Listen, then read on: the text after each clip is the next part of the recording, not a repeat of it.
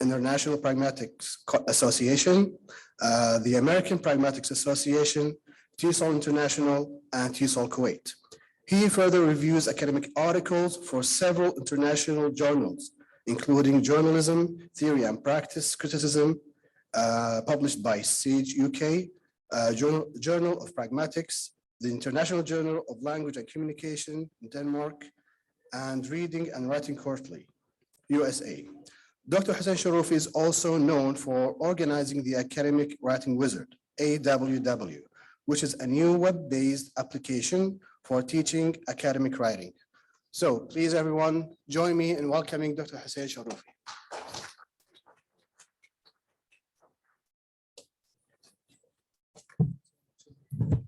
You can talk. Thanks a lot. I was told to use the microphone for the streaming, I think.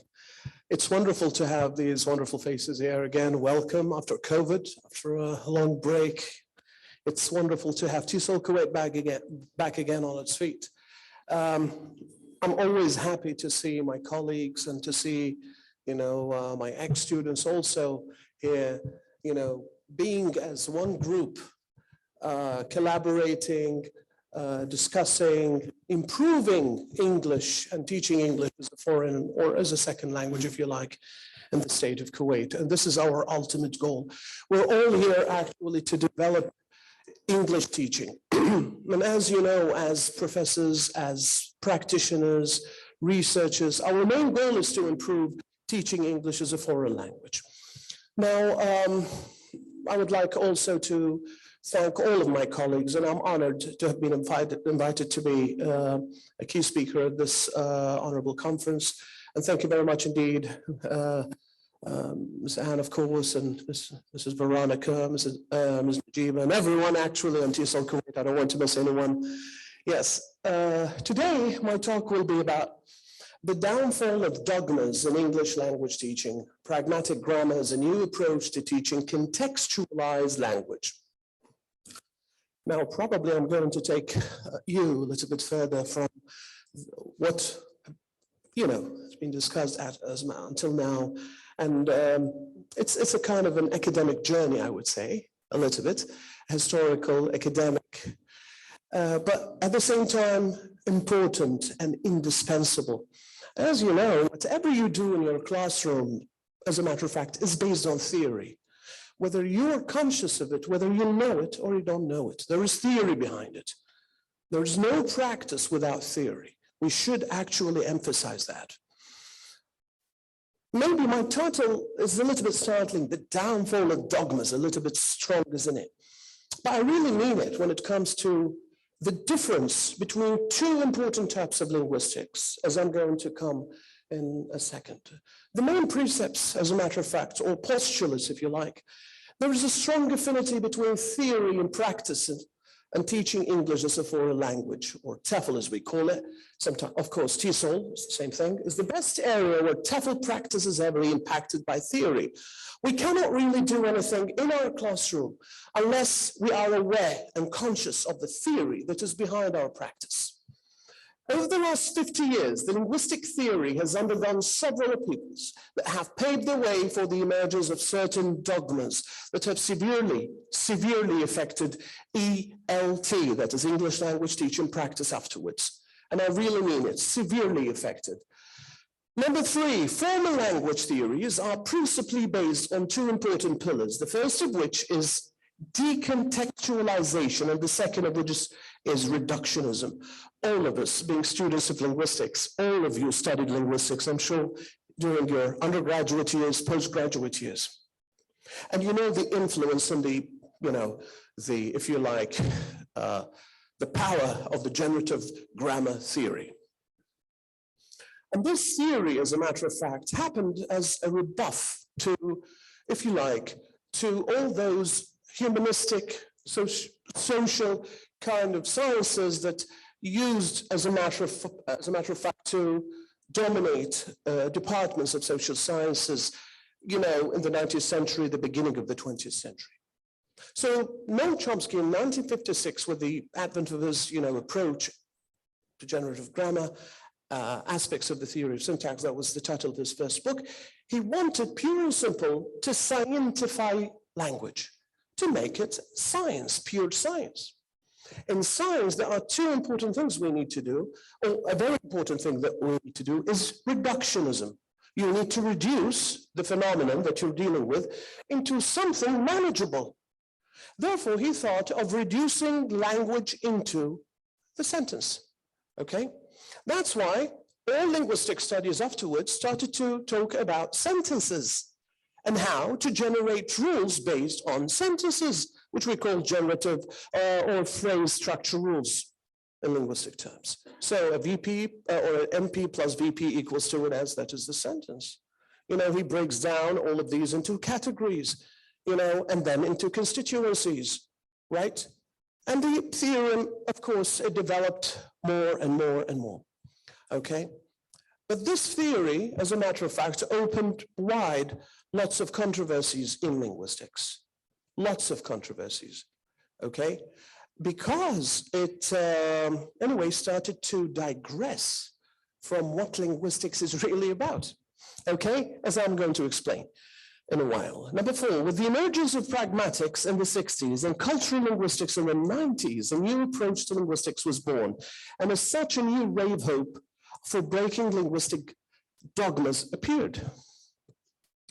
So I'm going to focus in this talk on the new outcomes of cultural linguistics and pragmatics in envisaging a new era of effective English language teaching away from the shackles of linguistic dogmas that hinder foreign students from learning and producing English naturally. And this is so important, naturally.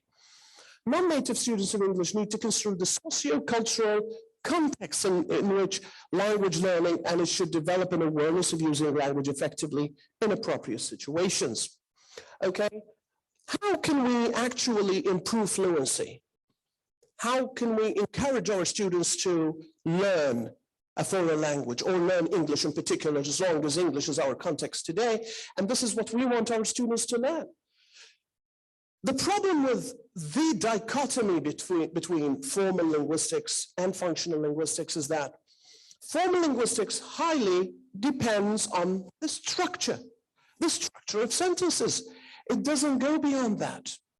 And there was a terrible misunderstanding by English language teachers and specialists to adopt this theory, or even the ramifications actually of what happened afterwards with this formal theory, to apply on English language teaching. And therefore, during the 50s, the 60s, you had, you know, this school of grammar dominating actually English schools. So, excuse me, so grammar was considered the main, if you like, propeller of English language teaching worldwide. So what should we do then as teachers? I suggest here a few things. Identifying causes of non-native speakers' mistakes when communicating their messages in English. Developing pragmatic repertoires as instructional components. And I'm going to explain that in a second. Developing tests based on gauging pragmatic skills. Helping non-native speakers to be strategically aware of using pragmatic acts in real-time situations. And this is, of course, an important term, pragmatic acts, okay? Incorporating technology into teaching pragmatic skills. In a nutshell, if English teachers really want their non-native speakers or students to excel at performing English naturally, they should pay heed to the crucial importance of pragmatics and its role in creating a communicative confluence. And this is an important word which I borrow from Professor McCarthy, confluence, confluere, which comes from Latin confluere. It is really flowing. And this flowing and this confluence is so important, you know, so important. How can you actually produce? Okay, I think 12 years ago, at PAID, there was a conference. And I still remember Dr. Najat Lampawa, one of our professors, great professors, Kuwait University. I used to highly admire her and respect her, wish her all the very best. Professor Lampawa said that although we spend years to teach all the language skills, we still have difficulty in making our students produce speak and write, okay? And we did our best to overcome this, this impediment or this barrier. I can tell you today that the barrier is the lack of pragmatics. This is the barrier. We do not teach our students how to use the language, we teach them rules. And forgive me if I'm a little bit harsh about that, it's a disaster, a disaster. And after all these years teaching the tertiary level, I can tell you in different contexts, to teach mathematical grammar. Subject plus verb equals to this plus this equals to that. Forgive me, this is nonsense. It's useless. It will lead to nowhere. It kills fluency. This kills fluency. Never ever teach your students to be like a machine. I can tell you this story. My daughter, actually, she studied at Kuwait English School, and now she's doing her, undergraduate program at the Free University in Brussels. Imagine, before that, she was at Bucharest University, and she, being at an English school, she was never taught grammar, never. Well, she's a very good essayist. She takes A+ in her essays. At one point, she got an exam, grammar exam, well, the ABC stuff, the multiple choice thing. She didn't do well. Her colleagues, her peers did very well. They got some of them full marks. But those who got a full A could not write, in the midterm, when they got their essays, as a matter of fact, to write a literary analysis of something on a certain novel, they got a D. They could barely express themselves in English. This means one thing. Teaching mathematical grammar kills fluency, ladies and gentlemen. And I want to actually, really, to debunk these myths and dogmas that we have in English language teaching, that we depend always on teaching rules and rules. Basically, we don't deal with rules when we deal with human communication. Pragmatics, by the way, is one of its definition is the study of language in context and in relation to language users. Okay? So you need a context. This is not something new. I have to take you back to our own heritage. Our Arab grammarians and rhetoricians talked about this over 1,200 years ago. I have to mention Sibawayhi. I have to mention As-Sikaki. I have to mention Abdul Qahir al-Jurjani. All of these people talked about the importance of context and learning language. You cannot learn language without context. And of course, the backbone of it is grammar. I'm not against teaching grammar. Grammar is a friend and never an enemy. But grammar has to be taught in its context. So never ever teach sporadic sentences. And this is my message to you. So grammar is very important, extremely important. However, it should be a means to achieving fluency, a means and not an end. And by the way, Chomsky is a mathematician, not a linguist at the beginning of his early life, a mathematician who wanted to apply mathematical, if you like, frameworks or paradigms on language. His main aim is to prove, the language acquisition device and hardwired in the brain. Do you know that there are tens of articles, and if you want, probably after this talk, I can provide you with the sources, that have debunked everything Chomsky has said. There is nothing called universal grammar. No universals, number one. There's nothing called that there is the innateness in language, an innate ability hardwired in the brain. He said it in 1956, we are in 2023, and it was never, ever proved empirically. It was never proved empirically. So why victimize our students with these futile theories, for God's sake? They are meant to be, generative grammar is ideal for computer science departments, those who work in artificial intelligence, not in our schools, not in our curricula, okay? So the caveat behind teaching sporadic and uncontextualized sentences, okay? Grammar should not be taught, as I said, as mathematical formulae. you make the formula and you want students to actually follow these formula. Forgive my harshness a little bit. Wherever I go, any Jam'iyya in Kuwait, Markaz al-Talib, the student center where you go and you buy those books, Al-Wafi, Wal-Kafi, and whatever, Wal-Shamil, and all of these books. And they tell students, they give them rules, do this plus that, and they write this in Arabic. This is a crime against our students. This is rubbish. I mean it. If you actually teach language in this, you unknowingly, you are killing fluency in this child, or in this student.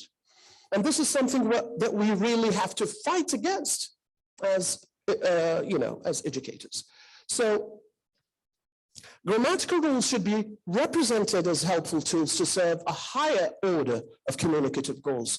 Every grammatical element should be given a contextual sense for its existence. What does this mean? It means that every single thing we do in language, has a reason. Professor David Crystal says, pragmatics answers the question, why? Think about it when you learned English at school, all of you, including myself. Were we ever told why we use a certain structure? They told us how, but they never ever told us why.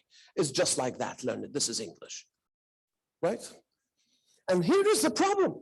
Here is the big impediment to the non-native speaker of English. You never ever teach rules. You have to reach principles. Why? What's the difference between a rule and a principle? A rule is all or nothing. 1 + 1 = 2. Okay? At one point, I asked a colleague of mine, I had a discussion with two colleagues, one who's pro-Chomsky, and I asked him, I told him, I don't believe in this theory because it does not explain all the phenomena. And of course, he revolted. He said, it explains 70% to 80% of the phenomena. I told him, yes, but do you know there is one of the Indonesian languages, as a matter of fact, that doesn't have verbs. Another language doesn't have tenses, yet they communicate with no verbs or no tenses. How do they communicate? They find another kind of possibility to do the communication without depending on verbs, without depending on a tense system. No, these are not worthwhile or languages worthy of investigation. Come on, give me a break. You're talking about a science. You're claiming that linguistics is a science. why say it's, those languages are unimportant? No, of course not. This is not a logical, a logical answer. Then I asked a colleague of mine, a professor of physics, and I told him what happens if one of the theories, that you're applying in your field, and it doesn't explain 10%, I didn't say 30%. I said 10% of the phenomena. He said, well, Hussain, if it doesn't explain 1% of the phenomena, I drop it. I don't take it as a good theory. So do you want real science or do you want a pseudoscience? Honestly, to me, and today, by the way, there was a very strong between, I don't know if you're aware of another philosopher, actually, who was Professor Chomsky's colleague. His name is Pinker. Now he disagrees with him very strongly. And believe it or not, in 2019, there is a new paper for Professor Chomsky in which he tries to, to bring context into the picture, to bring anthropological things into the picture. So in this way, he's digressing from the hardline generative grammar that he adopted back in the 50s. So grammar is a meaning-making tool, and this is what we should teach our students in the classroom. Grammar as a meaning-making tool, the role of grammar in enforcing contextualized meaning. And what is and this is actually a very important, or the crux of this talk. What is the difference between traditional linguistics and cultural linguistics? So we have a radical dichotomy in linguistics. Unfortunately, in so many departments, of linguistics, they don't tell us that. They tell us there is one mainstream linguistics, which is mainstream linguistics, of course, generative grammar. Formal, syntax is central. Language users, context, and meaning are all irrelevant to traditional linguistics. Then if you ignore the language user, you ignore the context of situation, what's left? It's the sentence. Okay, I have a question for you, ladies and gentlemen, actually. Do we mean by using a sentence? When I use a sentence, do I want to mean through the sentence? When you read the sentence. Okay, understood. But itself, do you consider it static or dynamic? You see, you've contradicted yourself here. So, any other answers? Thank you very much indeed. Please.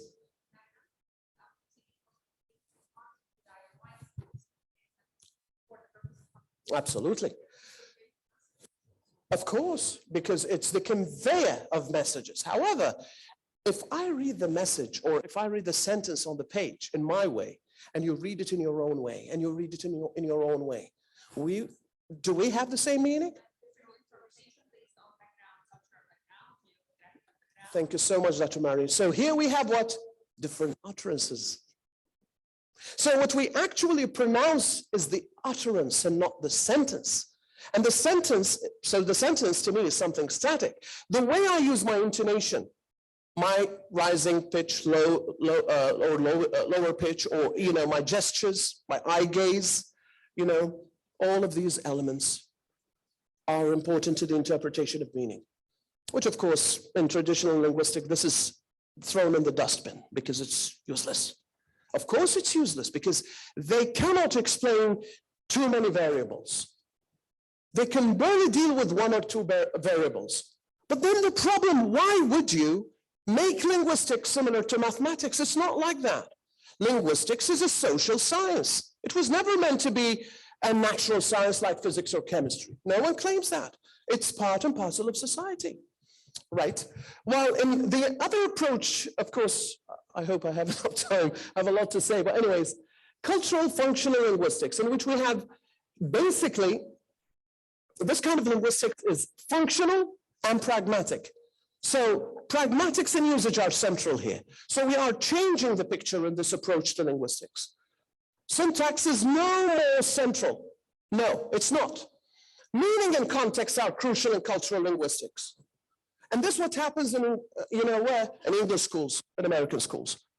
They never ever teach rules because they don't teach mathematical English. They teach communicative English. And when you say communicative, our traditionalist colleagues, they revolt. No such a thing. Dogmas. It's only a theory. Why should I worship the theorist? You want me to worship Chomsky? Worship his colleagues? No. If it's not helpful, drop it and use something else. Using one's cultural repertoires helps one anchor appropriate meanings in appropriate context of situation. The conceptual knowledge that students bring to the English language teaching classes may best be viewed as assets and resources that could be drawn upon in developing metacultural competence. And this is so important, metacultural. It's not the culture that I have here, but I have metacultural competence, And we have this in all languages, we have this in all dialects. Look at idioms. Idiomaticity is a very important element here. We call them frozen expressions. Why frozen? Because, or sometimes fossilized expressions. Mary has a bun in the oven. Okay, it's raining cats and dogs. And the list goes on and on. If I look at the semantic meaning of each word and you do the compositional meaning of the sentence, it means nothing. But when you put it in the right context and it has been conventionalized to mean that, then of course we know. Again, this is one thing. The other thing, even words themselves, lexis. Lexis. I will give you an Arabic word. What's the Arabic word for door? Bab, right? Bab, door. It's bab, okay? Where's the culture in this? Where does it come from? Bab. Remember, do you know, of course, even in the Old Testament of the Bible, you have the first story, the Tower of Babylon, right? So it's Babylon, Babil, right? Bab plus il meaning God. So Bab meaning gate. That's the gate of the gods. This is Bab. And from Bab, we took the word, in Arabic, the word Bab, because Arabic basically is derived from Aramaic, and Aramaic from Akkadian, Akkadian from Babylonian, and of course Babylonian was derived from Sumerian. So it's all culture. Aku and Maku, which we use in Kuwait, in Iraq, we use it, right? What's the origin of Aku and Maku? Babylonian. That's why you don't have any meaning in Arabic. It's fi and ma fi, hunaka wa laysa hunaka. But what is Maku and Aku? And if you want me, I will provide you with the source after this talk, if you like. All right, it's a Babylonian word. It's used in this area for thousands of years. All right, so everything we say is cultural. Everything we actually enunciate is cultural. There is no way out from culture. But if you want to deny culture and simply bring the learner to learn only the structure of the sentence, then you are killing fluency in the student, unfortunately. Our new framework for teaching speech acts, verbs, using pragmacultural schemata. By speech acts, I mean verbs that do actions. And this is one of the things, an example of how to teach grammar in a pragmatic way. You know, after, 1956, one has to be very objective. And when of course, at those times, the thrust of generative grammar, impressed all social scientists. So scientists from anthropology, sociology, they started to adopt the same kind of a framework. Why? Because they wanted their fields to sound scientific, just like linguistics, and this affected the study of language a lot. But then who adopted the study of meaning, the study of users? Philosophers. So the first philosopher, as a matter of fact, I told you, there's nothing new under the sun, as the Latin saying goes.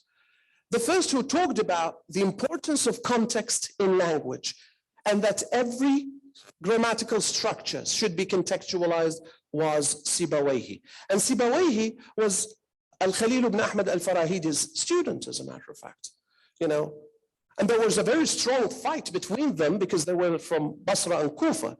They were with the context, while the Kufis were like Chomsky, they were with the structure. And there was this very fierce, if you like, fight between them. Yesterday, I was reading a book by Professor Carter, a professor of Arabic language, as a matter of fact, who describes Sibawayhi as a modern pragmatist and a modern linguist at the same time. Okay, the Western world doesn't know anything about this, and of course they think that they have discovered it now. Of course, they don't know, but once they know, they would recognize that, definitely. So John Austin, what he said, an example, verbs are broken into two types, constitutives and performatives. A constitutive is a verb that does action, any action, sleep, write, drink, speak. These verbs, but performatives are verbs that do action. I declare, I promise, right? If I say, I promise you a book, it means I'm committing myself to a future action. So I call this verb a commissive. I'm committing myself, right? Or asking, or do it, all right? What are you doing here? You're making an order. This is a directive, we call it, a directive verb, so on and so forth. So we have different types of verbs, all right? So introducing the effects of cultural metaphors on teaching English as a foreign language. Then Sharoufi's framework for analyzing speech acts from a pragmacultural point of view. The other theory that I haven't talked about is cultural linguistics, which was heralded by two important names, Farzah Sharoufi and Gary Palmer. These two people, they came up with a new idea, with a fresh idea of how to deal with cultural conceptualizations. So, how are you? How are you? What's the reply? I'm fine, I'm good. How are you? In British English, if you meet someone for the first time and you say, how do you do? The reply is, how do you do? It does sound fine. You say, how do you do? Right? In Arabic, كيف الصحة? Alhamdulillah, الكل على طول. Praise be God. What's the connection between the Almighty God and the way you are? Does it have any connection? This is a pragmatic reply. شلونك بالله شلونك? What's your color today? This is connected like to, please, yes.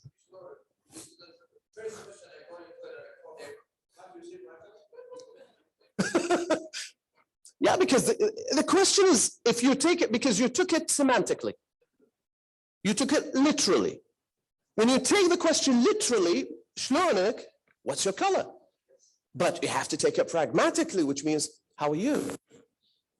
Do you see the point? So, and language works on this cultural schemata. In all languages of the world, they don't actually think about the tense, the verb. You know, you're going to a wedding today. What are you thinking about? How polite am I going to be, all right? What kind of utterances am I going to use? I want to be very likable by people, right? Right? Or do you think otherwise? Do you think, am I going to use the past tense now? Or am I going to use a performative verb now? No, this doesn't work well, so probably I'll use the subjunctive instead. A weirdo would think in this way. And this is what Chomsky wants us to be, weirdos, unfortunately. Yeah, cultural pragmatic schema, speech act, pragmatic culture, using appropriate utterances within a contextualized pragmatic framework. Now, to explain this to you, I'm going, of course, to provide some more examples. An important theory of Professor Jacob May by the University of Odense in Denmark, he calls it pragmatic acts. And that is basically every verb that you use produces this kind of speech act, the ones that I've just mentioned. At the beginning of, taking this idea of speech acts by John Austin and John Searle, two philosophers, the first from the University of Oxford, the second of whom from the University of Berkeley, California. Now, these two scholars, they actually took the idea of speech acts as being verbs. In 1969, John Searle actually published a book called Speech Acts, and he also dealt with speech act verbs, and he classified them in two classes, again, away from the context of situation, unfortunately. It was later on in the late 70s and 80s where pragmatics started to evolve in the Western world, in the Western linguistic schools, right? It started to have some understanding and weight.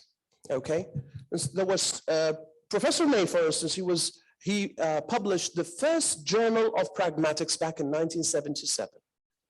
Okay, he was one of the early people who thought of the importance of, as a matter of fact, of pragmatics. Later on, we had the International Pragmatics Association. I'm a member actually in this organization, and we hold our conferences, international conferences, once every 2 years. And this year it will be in Brussels in July, okay? And new theories, new approaches started to evolve. So the very idea of speech acts at the beginning, it was again decontextualized, no context, okay? But later on, Professor May said that this speech act basically does not work, does not operate unless it is used by certain people in certain conditions. So without a context, this speech act has no meaning. So it's not the power of the verb that makes it different from another verb. In other words, a performative is a performative, not because it's a special verb. I promise, so promise is a special verb, and I drink is another verb, or I speak, for instance. No, it's the context, the virtues, by virtue of the context of situation, that the verb becomes strong, and it does a certain action. Then later on, this, speech act, if it is, contextualized, he called it a pragmeme. So a pragmeme is a situated speech act. So when you take promise and you use it in this context, by me, by you, then it becomes a pragmeme. But then think about it. In another paper that I published based on these ideas, I said, okay, if you use this verb and you situate it in this context, I say it in my way, using my gestures and my eye gaze and my posture. You use it, in a different way, and you yourself too. So every time a speaker uses it, he changes the meaning of this pragmeme. So in my paper, I called it a cultureme. A cultureme then is a highly situated speech act that does a certain action. Now, this is the theoretical background. What shall I do in the classroom? How do I apply these theories? Well, the first and foremost thing is that I don't say, don't teach grammar. I say teach grammar, but teach it in context. Show a situation, okay? And try from the situation to deduce these things. Failure of traditional grammatical theories, I talked about that. So, in traditional linguistics, I would like to please pay attention to this. Basically, we have what we call the in-out approach. So we study with, for instance, phonetics, then phonology, morphology, syntax, semantics, and then pragmatics. So the last thing is pragmatics. It's the last concern because you study, all of you studied starting with the word, then the phrase, then the clause, then the sentence. Okay. So you study from down up. That's the traditional linguistic approach. Okay. Pragmatic topics. What do we talk about when we talk about pragmatics? Deixis, implicature, conversational logic, speech acts, pragmatic acts, societal pragmatics. For instance, I don't know, A Christmas Carol by Charles Dickens. Are you familiar with that? Have you read it? A Christmas Carol by Charles Dickens. We have this scene where you have a ghost coming to basically to Mr. Scrooge, Mr. Marley. And he comes, these two, just for your background, some context, they were partners, business partners, very stingy. They don't believe in Christmas. They don't believe in faith. They don't believe in anything. They believe in money, okay? So his partner died. And one day, at night, all of a sudden, someone knocked his door. And when he opened it, it was that ghost coming, shackled with all sorts of chains, coming to, to his room. The man was totally, afraid. He was in complete panic. Well, who are you? He said, in life, I was Marley, but now I'm his ghost, basically. And then he said, what about, of course, I'm trying to narrate the story. He says, what about these chains? And he says, these are the chains, basically. I wear the chains I forged in life. I wear the chains I forged in life. A question now. What is a personal pronoun? What is a personal pronoun? I, you, he, she, it. These are personal pronouns. So when I say in grammar, traditional grammar, look at the difference between the two types of grammar. If I say I refers to whom? Myself, the speaker, right? But when I say I wear the chains I forged in life, is the referent the same here?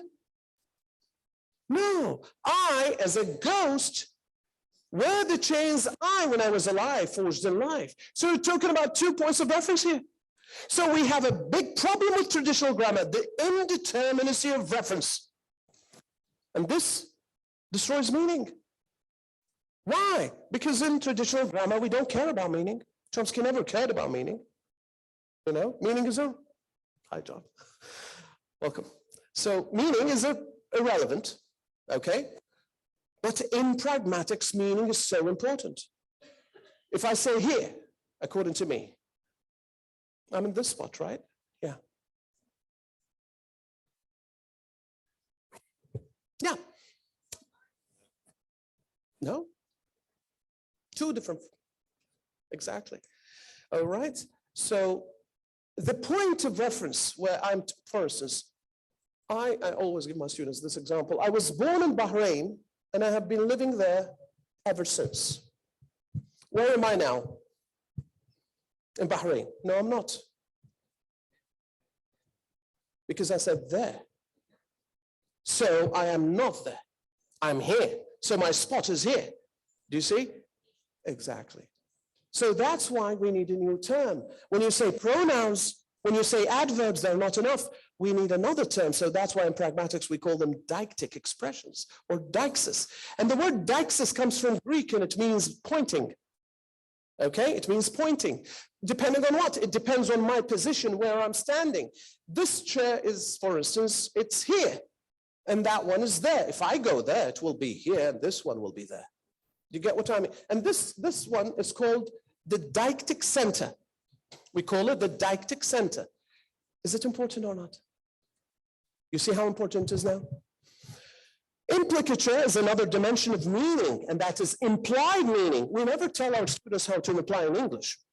And this creates a lot of problems in communication. It causes failure in communication.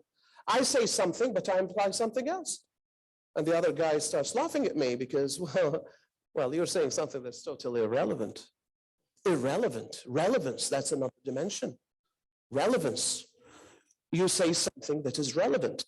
Another philosopher called Paul Grice, he talked about the maxims of communication. He called them the maxims of quality, quantity, relevance, and manner. Say something that is brief. Say something for which you have adequate evidence. Don't say something that is a lie, for instance, or something that has no proof. Say the truth always, don't lie, and say something that is relevant. Okay, these are called the maxims of communication. All right. Another maxim is called politeness. You've got to be polite. If you're not polite, again, there will be failure in communication. I want to say, for instance, go home. Go home. Where's the subject here? Go home. So, where is it? It's implied. We call it elliptical. We call this ellipsis in our own terminology, right? Fancy terminology, isn't it? So it's elliptical, meaning it's not there. Oh, by the way, ellipsis again is Latin. All English is Latin, basically. All these words come from Latin. Ellipsis. Okay? Now, you go home. If I say, could you go home? Would you mind going home? I would appreciate if you could go home. So the more words you use, the more polite you are, but it's the less the fulfillment of action. We call this indirectness, directness or indirectness in human communication. Do we teach our students these things? Never.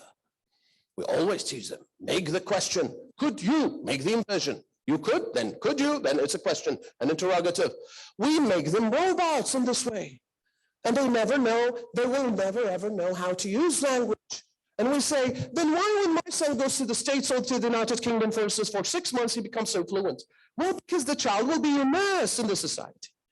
There will be no grammar, for God's sake. Let me repeat, I'm not against it.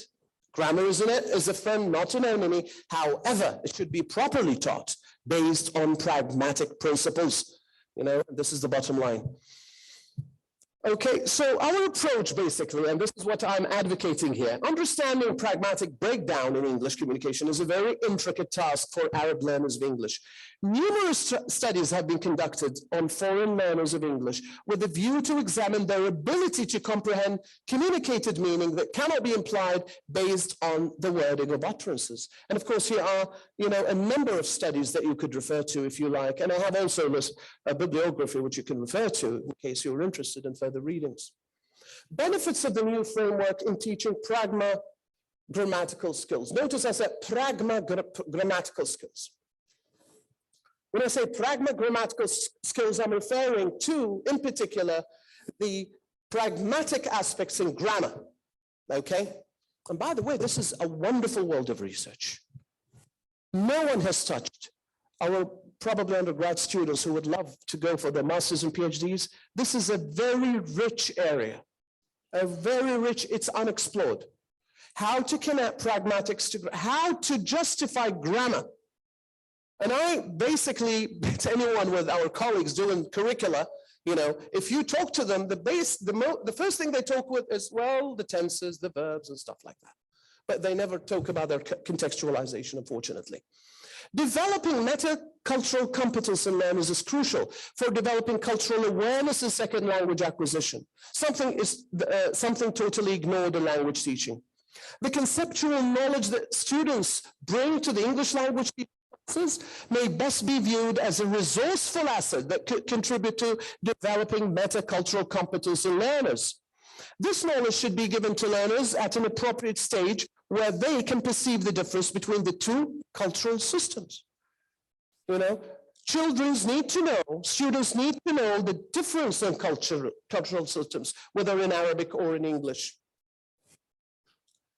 As Sharoufi states, teaching a second language should engage new system of conceptualizing experience. The way I conceptualize experience is different from a British person or an American person or an Australian person conceptualizing experience. And you cannot throw that in the dustbin and say it doesn't exist because simply you want to validate your theory. I don't care about your theory. I care about human communication. And human communication necessitates actually these elements because they are crucial. Making use of cultural pragmatic schemata would give students a better opportunity to compare cultural strategies in manifesting a particular linguistic structure. As Professor David Crystal emphasizes, all linguistic levels are subservient to pragmatics, which clearly means that teaching cultural pragmatic strategies in L1 would definitely buttress and improve the teaching and learning of L2. When you are aware of your own cultural repertoires, how to use the proper utterance in the right context, definitely in L2 you will do the same. You will be immersed and you will know exactly that a word, if used in this context, it means X. If it's used in a different context, it means Y. In a wonderful paper, by the way, it's called Language in a Key. Please read it. I urge all of you to read it by Ibbotson and Tomasello. It's called Language in a Key, where actually these two great researchers, one of whom is in the Max Planck Institute in Germany, they had actually made so many experiments and they have found out basically there is nothing called universals and nothing called innateness as Chomsky claims in capital letters. You know, children learn what they learn because they socialize with people. And a child is born, you know, a wonderful metaphor in this paper if you read it. A child is born with a Swiss knife ability to learn different experience, one of which is language.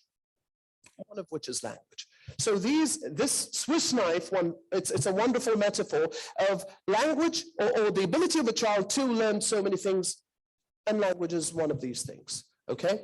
Basically what I've done this procedure, I don't think I have time to show you, but I would like to come to basically this, yes.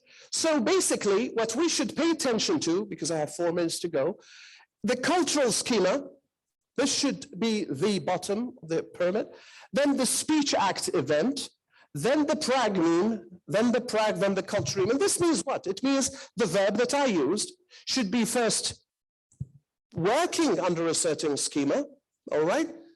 One of the schemas, for instance, is a ta'aruf, like Sharoufi says. For instance, when you get to meet someone, the way we meet someone, mashallah, we Arabs, I mean, we try to greet someone for an hour, right? You know, right? Well, in English, hi, what's up? Very short. It's very direct, isn't it? But this is how the two cultures work.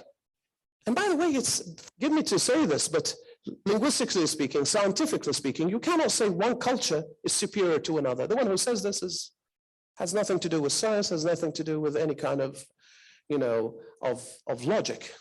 Every culture has its own schemata, you know. So this means that we have targeted speech acts that we need to pay attention to in our classrooms. Accepting and agreeing, or accepting and agreeing reluctantly. Approving and approval, backing, supporting and defending, reassuring supporters, members, and defenders, words and phrases expressing agreement and acceptance, and then persuading. Another important element that I didn't talk about, which is so crucial, and I have several publications on it, as a matter of fact, is lexical chunks. Lexical chunks are extremely important for fluency. And most of these chunks are contextualized, by the way. and that are used according to certain contexts. You know, without these lexical chunks, we cannot speak fluently, you know. So as you can see, there are several things that we have basically to pay attention to help our students become fluent speakers. This is just an excerpt actually from one of my papers. A pragmeme is a sociocultural product rather than a stern fixed linguistic term, as some linguists mistakenly believe. Interlocutors in different cultures use their sociocultural background knowledge to use appropriate pragmemes as such achieve their communicative goals.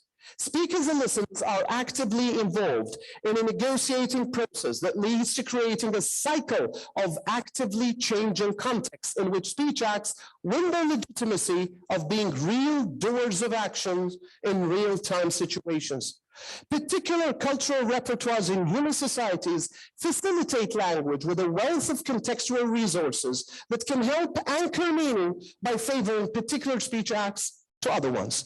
So in every single culture, there are certain speech acts that we use, certain speech acts that we actually use and fulfill our communicative goals. Don't forget that when we speak, our goal is to communicate and to fulfill actions. If we don't fulfill actions, then why are we speaking? Right? We actually use language to communicate and to reach our goals. So this is basically the crux of the whole speech. By starting out from semantics and then filling our semantic needs by looking for what is available in the language, we are putting the semantic cart before the pragmatic horse. And this is what Professor May emphasizes. In contrast, pragmatic starts out from the world of reality, the outside, and works its way inwards to the mental representations from the world of generalized pragmatic acts or pragmemes towards the individual situated expression. And this is basically how we should think of linguistics. This is how we should teach English. We start with pragmatics, not the other way around. We have to start with the communicative goal. We have to start with the objective of my conversation. And then I go backward and work on what I want to do. So it's a big mistake to start with the word, then the phrase, you see, and then we go upward. This kind of approach, the out-in approach, kills fluency, while the out-in approach definitely fuels fluency and it fuels communication. Why? Because you start with the objective, then you go and work on your semantic structure of the utterance, then on its syntactic structure, going down to its phonological structure, and eventually the sounds that I use to put them together to produce that specific utterance, because utterances are contextually bound. Thank you very much for your kind listening. I appreciate it. Thank you. Q&A now, any questions? Thank you very much, Dr. Hussain Sharoufi. Please, if you have any questions regarding the topic, yes, please. Thank you so much, Dr. Hussain Sharoufi. As usual, our previous president, you always excel in all TESOL Kuwait conferences, and thank you for sharing your knowledge with us. Concerning the point you just ended with, many theories in applied linguistics, especially in the field of TEFL and TESOL, they stress on the importance of adopting the bottom-up approach and the top-down approach. Of course, it's the same like what you have just ended, that we need to start from contextualization, the context where we drive all the needed language skills, the grammatical part, the vocabulary building, and of course, all the skills. So many linguists confirm that a blend between bottom-up and top-down would be more effective in teaching and, of course, in second language learning. Do you agree with them? And what about interactive approach? Especially that they are saying that the bottom-up approach is more in need with beginners. Do you support this claim, or what's your feedback? Thank you so much for your question, Dr. Marine. Well, theoretically speaking and practically speaking, I always love to mix theory and practice.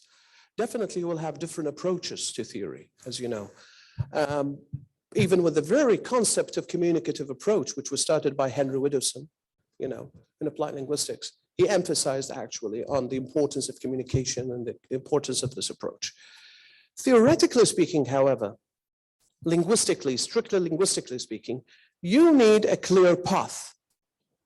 You need a clear path. Why? Because this path will show you the way. If you blend the two, if you like, the final result will not be achieved, will not be fulfilled. Meaning, if I teach a first grader from the very beginning, I, if you like, expose this first grader to specific situations. And I go to the second year and the third year and the fourth year. And in each year, I expose this child to even more and more situations and let him know how certain utterances, not words, please, utterances are used to fulfill certain objectives. You will definitely here encourage fluency, and you will encourage at the same time not only fluency but proficiency in the English language. However, if you try, like in the formative years, let's say the formative first 4 years or 5 years, and you try actually to depend only on structure and build on that. Now, this will create some kind of confusion to the child, as if, look, I'm doing this because I need to use the past tense or the present tense or what.